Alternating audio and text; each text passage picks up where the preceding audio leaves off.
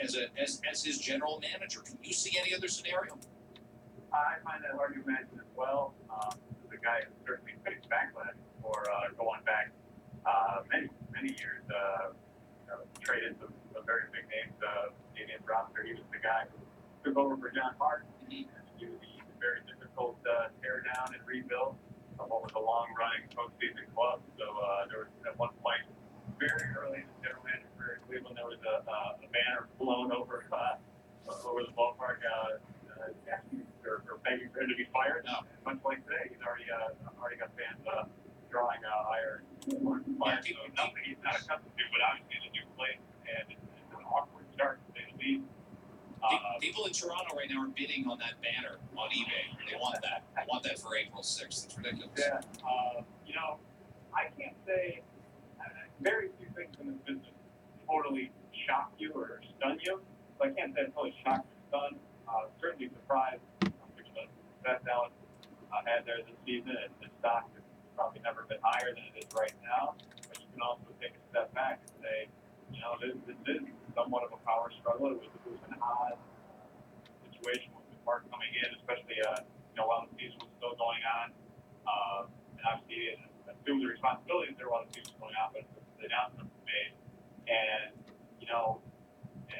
there is a prior working relationship there, but you don't know. Until the situation transpires, you don't know what the working relationship is going to be on site there in Toronto. So I do know this. Mark Shapiro has obviously branched out into the business side of baseball in recent years, and that was with the move to the Indians presidency from the general manager role. But he's still very much immersed in the baseball side as well. And I don't see him totally walking away from that. And I didn't see it, when he took this position with Toronto. So I was curious as anybody to see what the dynamic would be there. I think there was sort of an assumption that these guys would get along and would work out. But that baseball, just like when you're watching a game and the team has a lead going into the late innings, you don't assume anything. And I think that's why it's hard to be outright shocked, because these are two bright men, and in their own way, probably want power there. But I see Mark getting involved in baseball decisions. That's just the way it's going to be. So this will be maybe in the long run, and it's hard for Jays fans to break this down, but maybe Mark Shapiro is going to be their guy. He clearly is. Maybe it's best this happens right out front, and he can find a general manager that he knows he can work with, rather than having a situation where he comes in and they're butting their heads and a painful process that way. I don't know. We'll see what time has in store for this ball club. But I know I totally understand right now, and he offered this also of some colleagues being named Sporting News Executive of the Year today. We were taking angry phone calls, and I had to stop. I had to break into the angry phone calls, Anthony, to say, and one other note, Anthopoulos has been voted Executive of the Year. Elsewhere in baseball today. Right. Great. Do you, knowing Mark, do you think he might have underestimated? I know it wasn't all his call. Rogers is involved, and Alex Anthopoulos had to walk away at the end of the day. Do you think he underestimated quite what this was going to be like in terms of the hailstorm and the vitriol? Because I don't know if he completely knew what he was getting into, in the sense of the way people fell in love with this team, and it's been 22 years, and the last, spring, summer, and fall of baseball was the first that an entire Canadian generation had really gone for. And to waltz in here and kind of be like, I'm the guy. Yeah, I was going. Boy, I wonder if he's sitting back today, and maybe he's not listening or watching or anything. But the hate on that people have right now, it's not going to go away easy. That's what I figured. You're right, and Mark is a bright guy, and he wouldn't have made this. Really. Well, I would never have went there. The only reason. Leaving Cleveland. Yeah. That's why I'm like, also, well, maybe I'll do it. Ultimately, the situation way too been passed up. I don't think he just did it haphazardly, and I certainly don't think he comes in there walking in, as you said, because I remember talking to him when he made the decision. They announced his move to Toronto.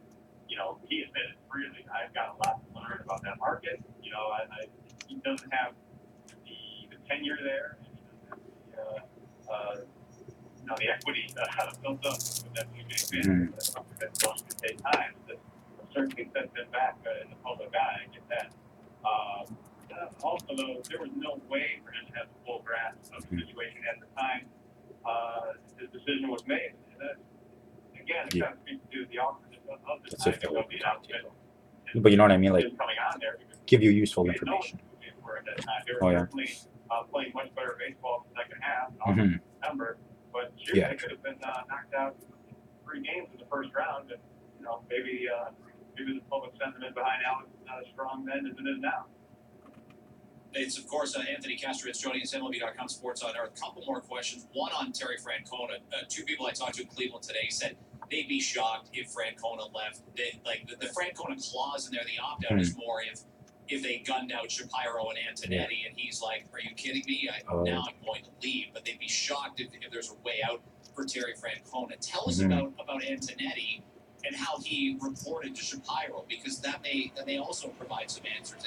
Antonetti probably goes up the chain of command, but all Shapiro's there for is sort of making sure the car doesn't go off the road. He's not actually the one driving it, right? Yeah, like I said, he was very much immersed in the day-to-day baseball decisions and had a voice in those. And, Oh, okay. Had an ear in those as well. When would you need to know by? I think back to 2011, the Indians made the trade for Ubaldo Jimenez. That was kind of a linchpin moment because Anthony was so fairly new to the GM role. That's a trade you really was aggressive on. Yeah. They traded 2 of their top prospects for Ubaldo Jimenez in the middle of the season, and Mark at that time he would not have done that deal. He said that, and but he gave the autonomy to pull the trigger. So that relationship with Terry Francona that you speak of. Oh, really? Obviously, it started with a relationship with Mark Pardo. It's since Oh, grown. okay. Mark and Chris very much worked hand in hand, and it was not On a really regular basis. awkward at all. Okay. Perspective when Pardo left, because his relationship Who's going now from is Universal? strong and steady on a day-to-day basis. So Okay. I would Yeah, definitely quickly. be surprised, if this were to lead to some change there. Yeah, I think it's probably. I'm gonna figure out. I'll just figure out the money, but I'm just. I think after his experience in Boston, particularly the way it ended, Yeah. He feels very comfortable with being in a market and in a position where it's just about baseball. Okay. There's All right. Well, I do appreciate that. Somebody told me once when before I opened the store, I was driving around and there was the guy in Kelowna, nice guy, Jason. I think his name's Jason too. Yeah, he was like one of the only people that actually gave me lots of information out of the camp. And one of the things he said, he's like, if you ever go to one of these things, bring an extra suitcase because they give you a lunch. So that stuff, I guess, can help. You said your favorite thing ever. That's what I was thinking. Some reporter was interviewing Johnny Cueto's brother in the locker room, and because it looked like Johnny Cueto, but I would have done it too. They all look the same. Oh yeah, I heard of those. Right, and it's somewhat my fault in that it was just timing where we're waiting for the Royals clubhouse though. Yeah. We were just talking about that picture of that there was going around social media of Johnny Cueto and 2 of his brothers. It's actually a 3rd brother. Oh God. That's not been around. I don't know if he looks exactly like. Well, there's at least 3. Oh, they used to. Okay. Exactly like. So we were me and a couple of reporters were talking about it last Oh. night. Well, then out pops one of the family room. And I'm like, well, I gotta meet this guy, and I got him. I gotta ask him about his his name, what have you. And there's a family friend there, and Cueto's brother does not speak English, so I'm talking to him through his family friend.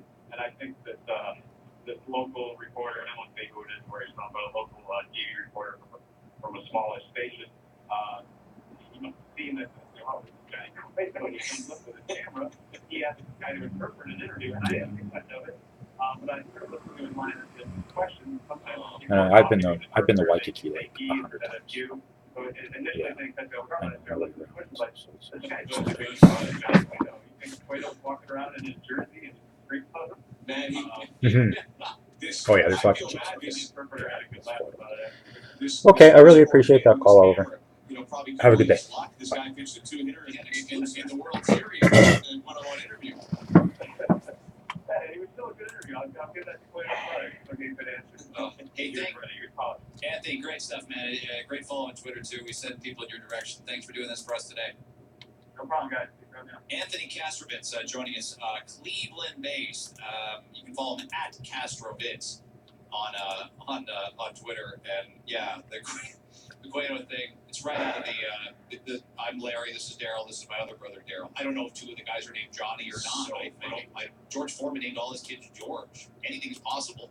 And whatever. I make fun of the I don't know if he was a broadcasting student or whatever, but the kid that interviewed Johnny Cueto's brother. He looked like Johnny Cueto, and he's wearing a Cueto jersey. I would have interviewed him too. We used to have a guy. There used to be a guy in my market who worked. He was like a stringer, so his main job was just getting clicks. And he used to carry 2 microphones and 2 things. And so he'd have his hand in one nodding at the other guy getting quotes. And if there was a scrum going